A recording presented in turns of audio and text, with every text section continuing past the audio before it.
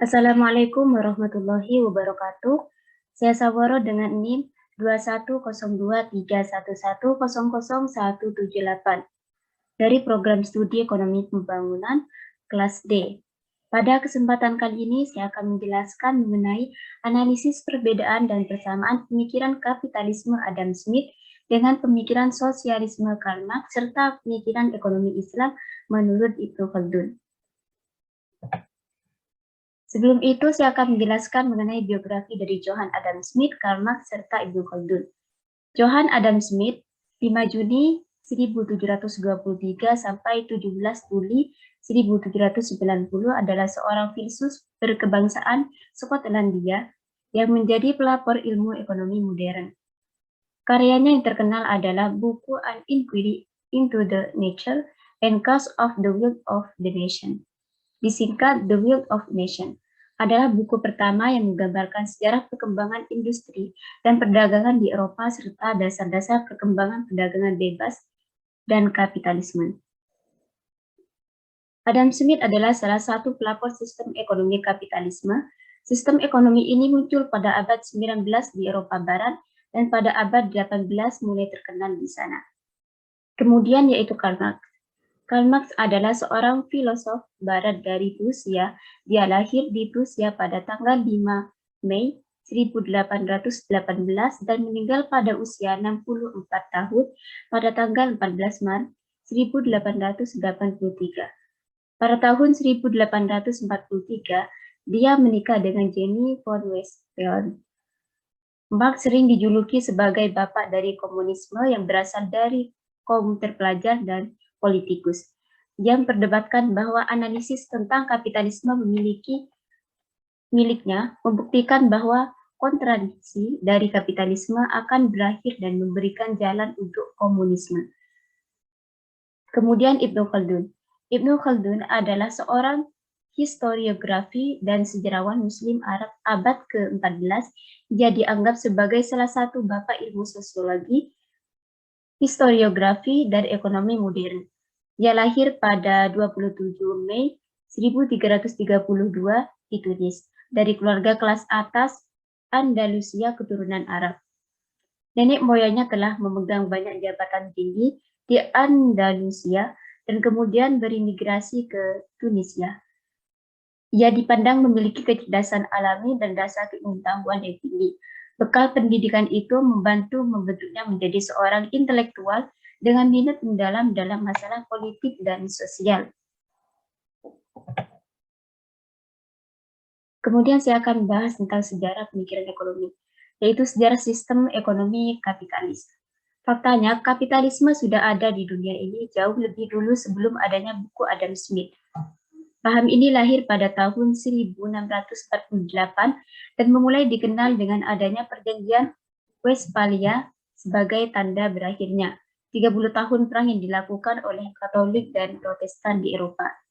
Di dalam perjanjian tersebut dituliskan bahwa negara yang sudah merdeka tergolong ke dalam negara yang otoritas politiknya tidak diatur oleh pihak gereja.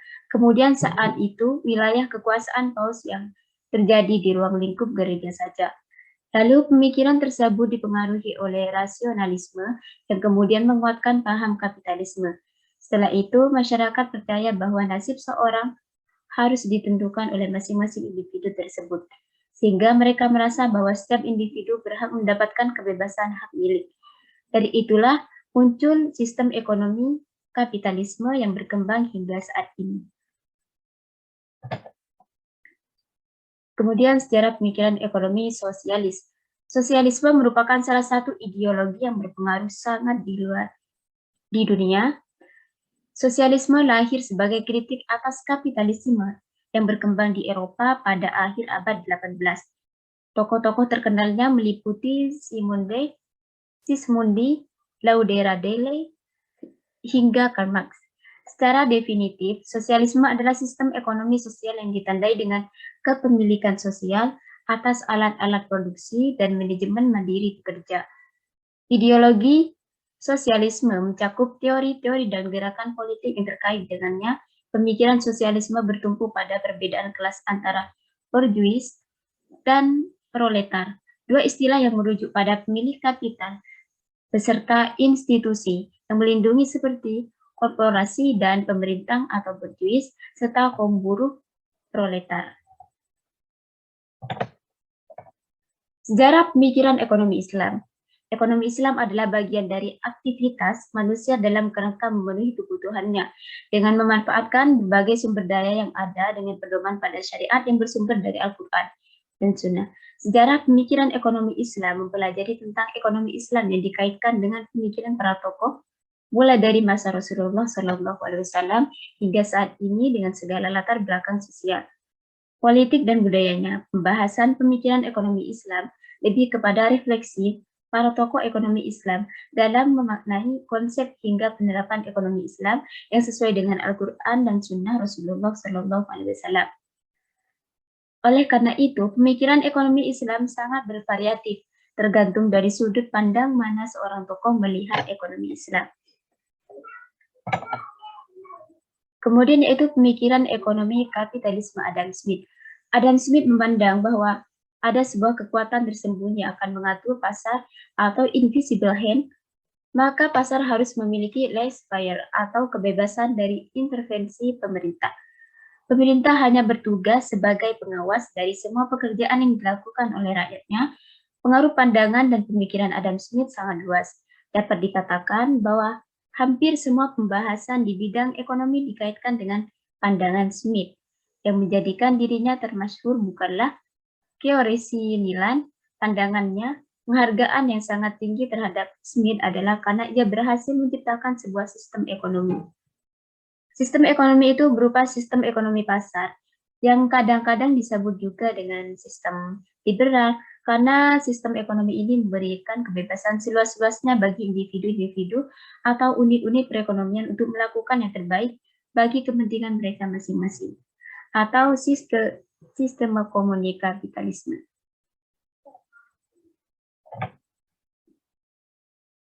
Pemikiran ekonomi sosialisme.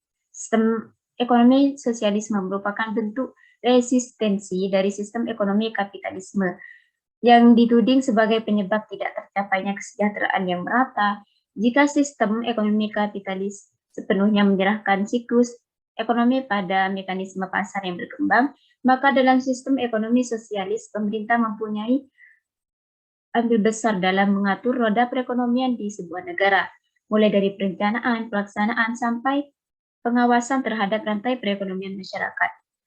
Dalam masyarakat sosialis yang menonjol adalah rasa kebersamaan atau kolektivisme. Salah satu bentuk kolektivisme yang ekstrim adalah komunisme. Keputusan-keputusan ekonomi disusun, direncanakan, dan dikontrol oleh kekuasaan pusat. Komunisme dapat dikatakan sebagai bentuk sistem yang paling ekstrim di antara golongan kiri sosialis. Sebab untuk mencapai masyarakat komunis yang dicita-citakan diperoleh melalui suatu revolusi. Nah, perkembangan yang didasarkan atas sistem dan segala sesuatu serba di komando ini sering juga disebut sistem perekonomian komando. Begitu juga karena dalam sistem komunis negara merupakan penguasa mutlak. Perekonomian komunis juga sering disebut sistem ekonomi totaliter. Istilah lain yang sering digunakan adalah anarkisme. Istilah tersebut merujuk pada kondisi sosial pemerintahan yang tidak main paksa dalam menjalankan kebijaksanaan-kebijaksanaannya, melainkan dipercayakan kepada asosiasi-asosiasi individu secara bebas dalam sistem sosial kemasyarakatan yang ada. Kemudian pemikiran ekonomi Islam Ibnu Khaldun. Secara umum, Ibnu Khaldun sangat menekankan kepentingannya suatu sistem pasar yang bebas, yang menentang intervensi negara terhadap masalah ekonomi dan percayakan efisiensi sistem pasar bebas. Ia juga telah membahas tahap-tahap pertumbuhan dan penurunan perekonomian di mana dapat saja berbeda antara satu negara dengan negara lainnya. Ia juga menekankan pentingnya demand side ekonomi khususnya pengeluaran pemerintah. Sebagaimana pandangan Keynesian untuk mencegah kemerosotan bisnis dan menjaga pertumbuhan ekonomi, dalam situasi kemerosotan ekonomi, pajak harus dikurangi, pemerintah harus meningkatkan pengeluarannya untuk merangsang pertumbuhan ekonomi. Kemudian kita masuk kepada ciri-cirinya. Yaitu ciri-ciri dari sistem ekonomi kapitalis meliputi satu, mementingkan diri sendiri, yang kedua yaitu hak milik perorangan diakui. Ketiga, kebebasan penuh terhadap semua kegiatan ekonomi. Yang keempat, bebas berkompetisi. Yang kelima, harga sebagai penentu. Kemudian ciri-ciri dari sistem ekonomi Islam yaitu akidah sebagai substansi atau inti yang menggerakkan dan mengarahkan kegiatan ekonomi. Yang kedua, syariah sebagai batasan untuk formulasi keputusan ekonomi. Yang ketiga, akhlak berfungsi sebagai parameter dalam proses optimalisasi kegiatan ekonomi. Kemudian yang terakhir yaitu dari ciri-ciri sistem ekonomi sosialis. Yang pertama, lebih mengutamakan kebersamaan kolektivisme. Masyarakat dianggap sebagai satu-satunya kenyataan sosial, sebagai individu-individu fiksi belaka, dan tidak adanya pengakuan atas hak pribadi atau individu dalam sistem sosialis. Peran pemerintah sangat kuat. Pemerintah bertindak aktif mulai dari perencanaan, pelaksanaan, hingga tahap pengawasan. Alat-alat produksi dan kebijaksanaan ekonomi semuanya diatur oleh negara. Kemudian yang terakhir, sifat manusia ditentukan oleh pola produksi atau aset diakui masyarakat, melahirkan kesadaran kolektivisme atau masyarakat sosialis, dan pada produksi atau aset yang dikuasai oleh individu, melahirkan kesadaran individualisme atau masyarakat kapitalis. Kemudian kelebihan dari sistem ekonomi kapitalis, sosialis, dan Islam. Yang pertama itu kelebihan dari kapitalis. Yang pertama, penganut mazhab kapitalis menyatakan bahwa kebebasan ekonomi dapat membuat masyarakat memiliki banyak peluang untuk memenuhi kebutuhan hidupnya. Kemudian yang kedua, persaingan bebas di antara individu akan mewujudkan tahap produksi dan tingkat harga pada tingkat yang wajar dan akan membantu mempertahankan penyesuaian yang rasional antara kedua variabel. Yang terakhir, para ahli ekonomi kapitalis menyatakan bahwa motivasi untuk mendapatkan keuntungan merupakan tujuan yang terbaik sebanding dengan tujuan untuk memaksimumkan hasil. Kemudian yaitu sosialis. Yang pertama, disediakannya kebutuhan pokok. Yang kedua, didasarkan perencanaan negara. Kemudian terakhir yaitu produksi dikelola oleh negara. Kemudian itu kelebihan dari sistem ekonomi Islam, yaitu yang pertama, menjunjung kebebasan individu, mengakui hak individu terhadap harta. Yang ketiga, jaminan sosial. Kemudian distribusi kekayaan. Yang kelima, larangan menumpuk kekayaan. Yang terakhir itu kesejahteraan individu masyarakat. Dan kelemahan dari sistem kapitalis, sosialis, dan Islam yaitu kita mulai dari kapitalis, di mana persaingan bebas yang tidak terbatas mengakibatkan banyak keburukan dalam masyarakat apabila ia mengganggu kapasitas kerja dan sistem ekonomi serta munculnya semangat persaingan individu. Kemudian kelemahan yang kedua yaitu adanya perbedaan yang dari radikal atau jelas antara hak-hak majikan dan pekerja. Yang terakhir, sistem ekonomi kapitalis di satu pihak memberikan seluruh manfaat produksi dan distribusi di bawah penguasaan para ahli. Sedangkan untuk kelemahan dari sistem ekonomi sosialis yaitu yang pertama, kelemahan ekonomi sosialis, sulit melakukan transaksi, membatasi kebebasan, mengabaikan pendidikan moral. Kemudian kelemahan dari sistem ekonomi Islam yaitu lambatnya perkembangan literatur ekonomi Islam. Yang kedua, praktek ekonomi konvensional lebih dahulu dikenal. Yang ketiga, tidak ada representasi ideal negara yang menggunakan sistem ekonomi Islam. Yang keempat, pengetahuan sejarah pendidikan ekonomi Islam, kurang pendidikan masyarakat, materialisme.